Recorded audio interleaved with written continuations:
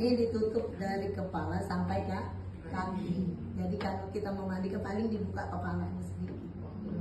Tidak telanjang Ya, tidak terbuka, ya tidak telanjang. Makanya kalau ada jenazah di rumah, ya katakan di rumah kita ada yang meninggal, itu dianjurkannya ditutup dari kepala sampai ke kaki. Jangan ditutup ini dia pakai kain jarang.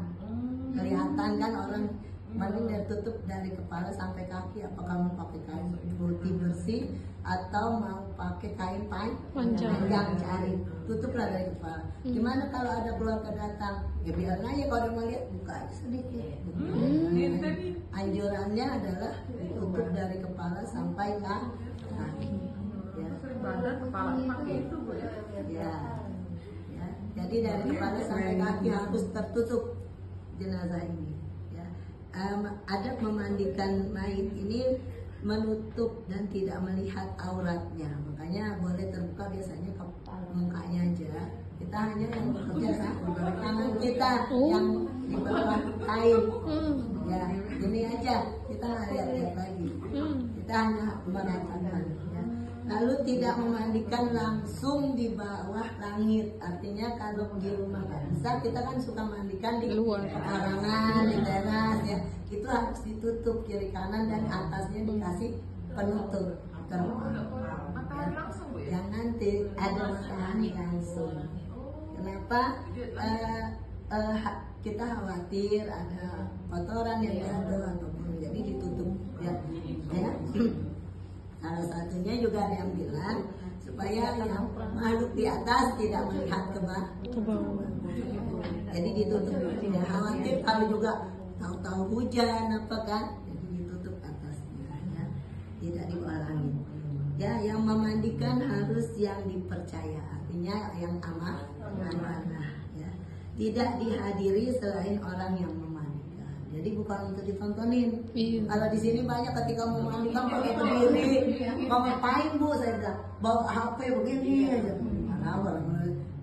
Masuk saya bilang lebih baik buat konten.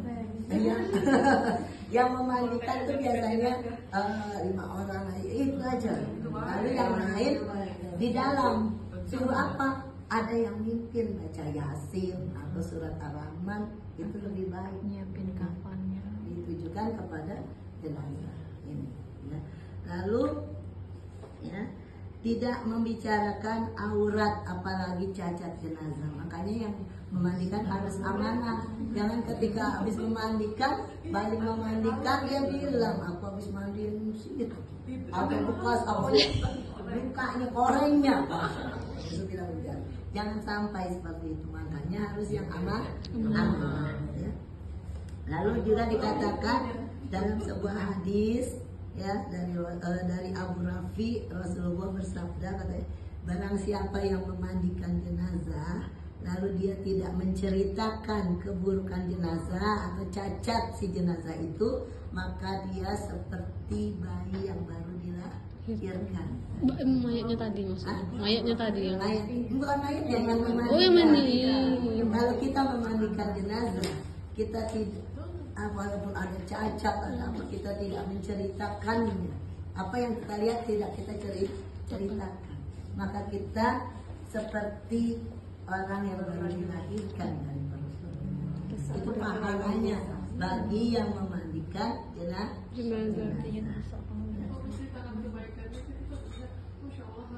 Nah, boleh, jangan cacat-cacat buruknya. Ya. Kebanyakan kan, ada bekas koreng, itu dia. Ya, jangan